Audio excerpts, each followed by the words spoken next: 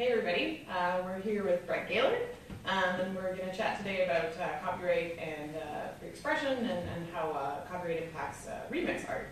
So Brett, for those of you who don't know, is a documentary filmmaker from Canada. He lives in Victoria, and we're here in beautiful Vancouver, and we're just chatting about what changes to copyright might mean. So thanks a lot for joining us, Brett. Yeah, thanks for having me. So for people who don't know about your work, can you tell us a little bit about what kind of art you make? Sure. So I make documentaries, mostly documentaries that are about the internet.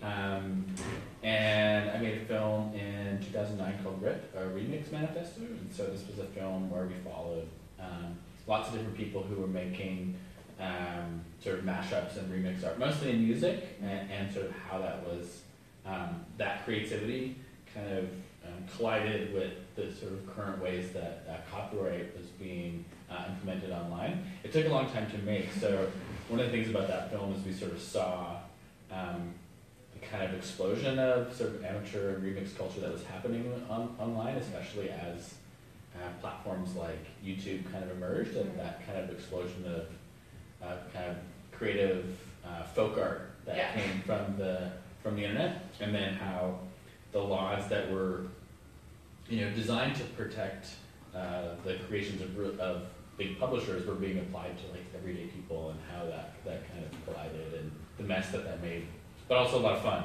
Yeah. And so can you say a little bit about how your work as a documentary filmmaker then brings you into contact with copyright laws on a daily basis?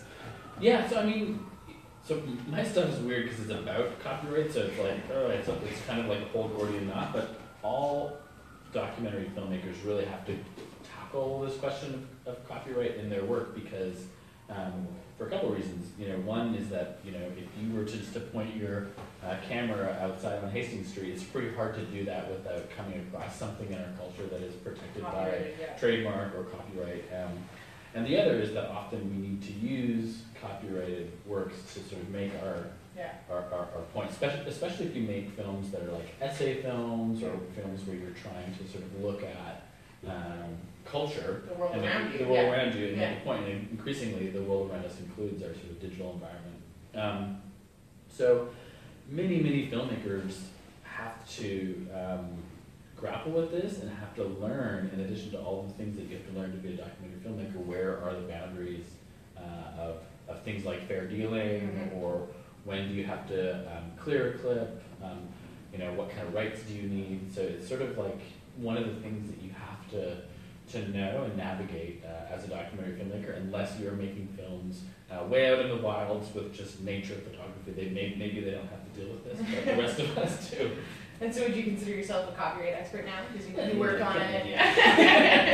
You make films about it, but you also have to interact with it? Certainly, and I also work at Mozilla, where we actually, like you folks at OpenMedia, we campaign about this. We really believe that kind of an open approach to copyright makes sense for the digital world. So yeah, it's something that I think about every day as we think about how do we build the internet we want. What does a sane copyright environment look like when all of us are creators now, all of us are publishers. So yeah, I think about copyright a lot. Yeah, so I mean, kind of picking up on that, you are both somebody who deals with copyright and use copyrighted clips, but you also, as an artist, own a lot of copyrights. So do you think that there are enough tools for artists to protect their works, or do you think that there should be more tools developed that allow people to make sure that their creations are protected? I mean, I think that there are lots of ways that as a creator you can plug for Creative Commons coming. There are lots of ways as an artist you can indicate what uses that you want to have of your work. So that totally exists. So if for instance I say I'm totally fine, or it's oftentimes not actually about what I want, but about what rights I'm able to actually exercise.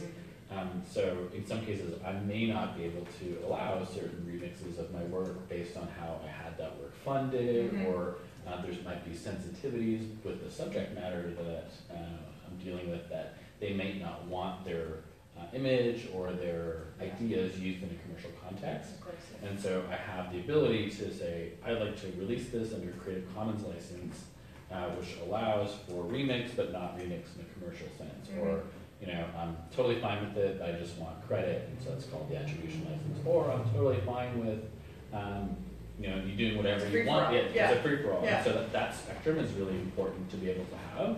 And in particular, like when you make a documentary, sometimes, you know, I might actually pay to use some clips in it, and so it's like I can't really tell you that you can use this in whatever way you want. Yeah. But maybe I had the music made originally, and that I can totally license in that context, and so I'll let you use that. So that totally exists. I think what's missing is a way to make money from your from your work. That's the kind of like that's one part of the internet that has disrupted creative people, and then, you know, it's provided lots of opportunities for us to get our work to a broader public, but like there is still, you know, there's lots of kind of walled gardens that, you know, if you want to get your work on iTunes, you have to have a distributor. That distributor wants a certain cut, so it's not like oftentimes people think, oh, the internet is just so great to be able to get your work out there. But now that some of the challenges are around, like, it's a really fragmented audience. So you have to have things kind of everywhere to get that saturation. Yeah, exactly. Yeah. I mean, and we talked about this a little bit before, but one of the issues that OpenMedia has been following really closely in the EU, in the US, and in Canada as well, as it kind of travels around the international copyright circuit, is something called notice and stay down. So notice and stay down is essentially a version of a copyright system. In Canada, we have notice and notice, which says, you know, you as a copyright holder, if you believe someone's infringed your copyright, you can send a notice to the person hosting it, and they'll pass it along to the person that uploaded it, saying, you know, please take this down, but it doesn't actually come down. In the US, they have notice and takedown, where, you know, when you send that notice across to the hoster, they actually take it down if it's infringing copyright. And notice and stay down is a little bit of a different system, where essentially what it allows people to do is flag content as copyright infringing, and then in the future, if people try and upload a piece of copyright infringing content or something that's been flagged, it actually stops you from uploading it. So we're a little bit concerned about what the impacts on free expression could be, essentially because, you know, as you talked about, there are so many different pieces. Can you imagine now? You can't upload your video because it catches a clip of something that maybe it says, you know, this melody or whatever is copyrighted. So do you have concerns about how that might impact artists? Yeah, totally, I have concerns about that.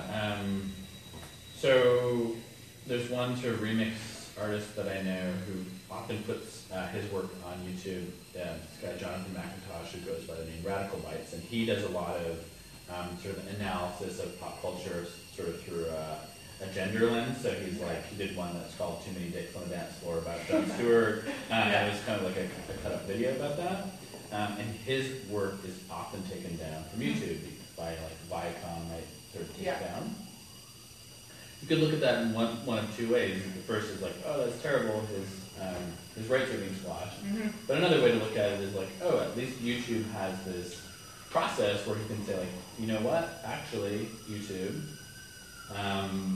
that's actually a fair use example for these 3 reasons.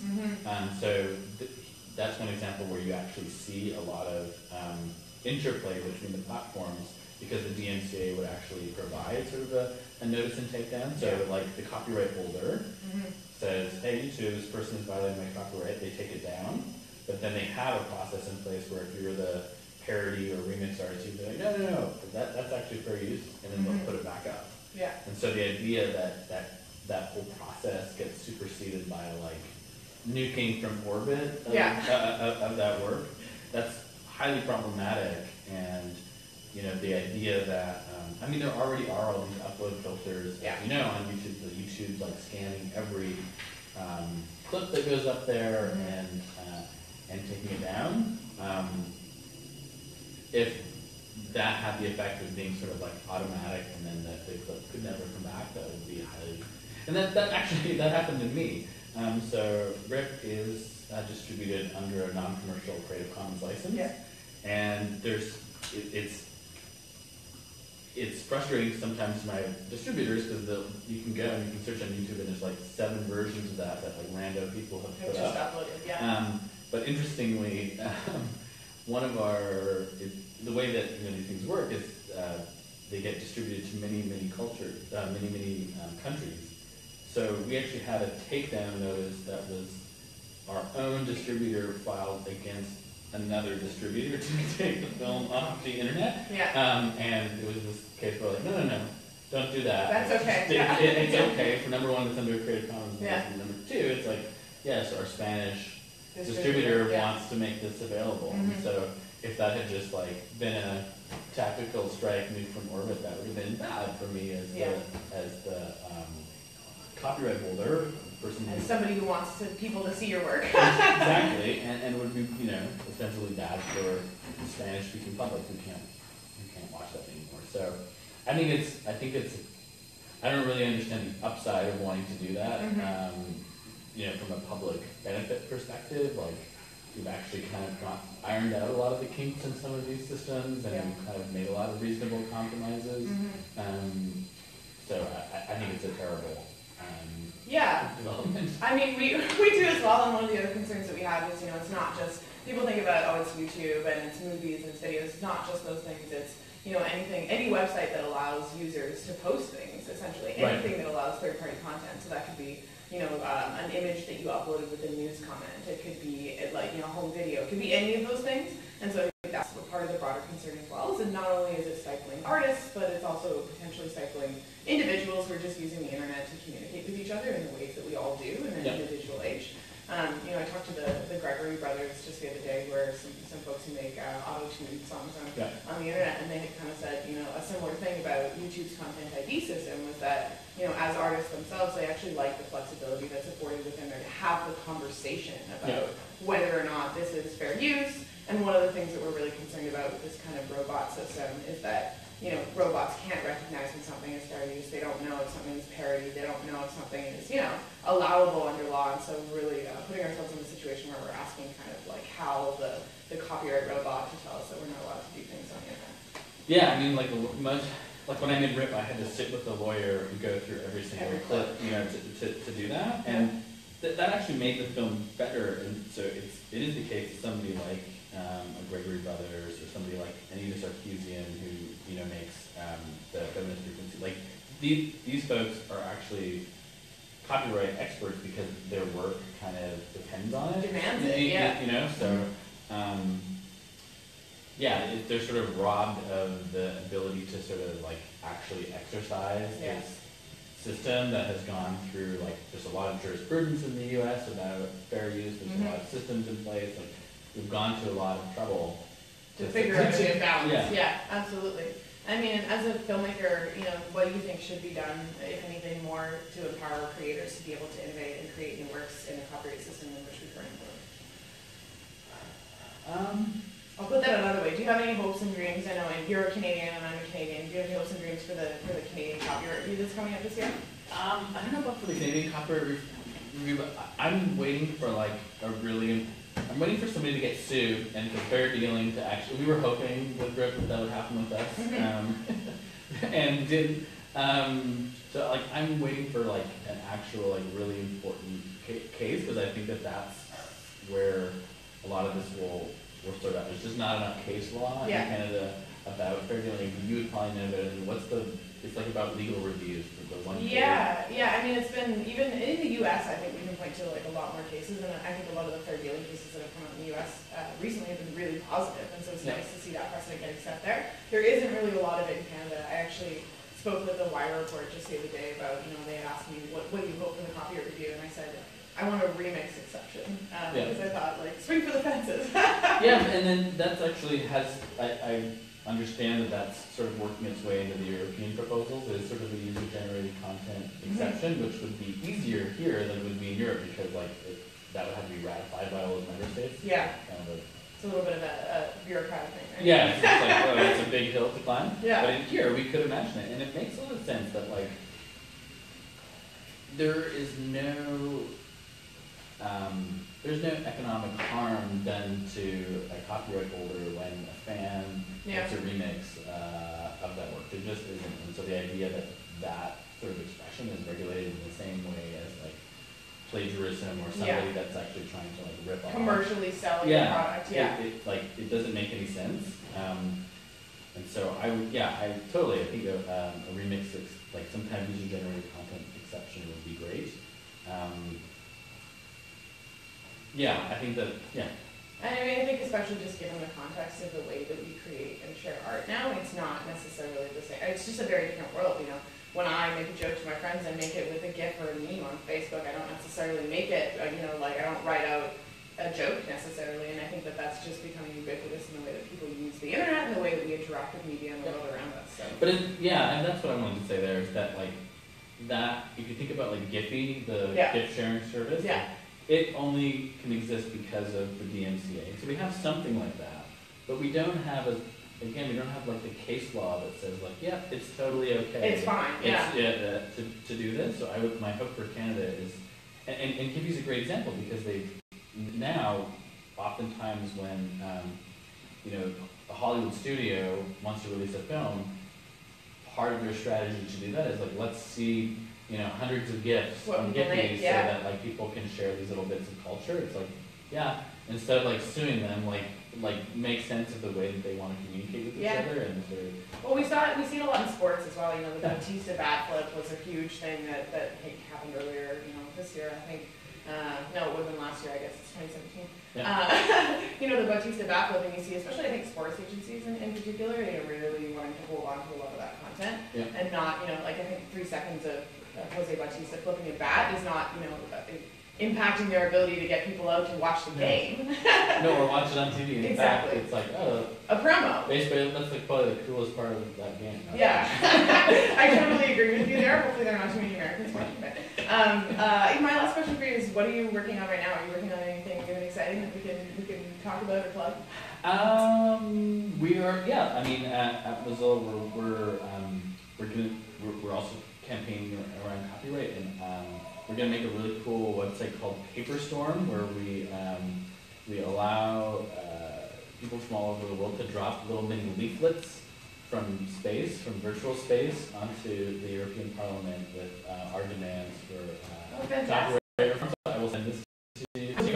Yeah, the idea is to sort of parody and take a riff off the sort of political pamphlets that used to exist in like 20th century of, you know, they would actually drop them from airplanes. So like attention citizens, so we want to do something like that. That's fantastic. And the idea is like, everyone who's ever lolled on the internet, this is for you. This is where you are. Well, I have lolled really hard on the internet before, so definitely send it to me.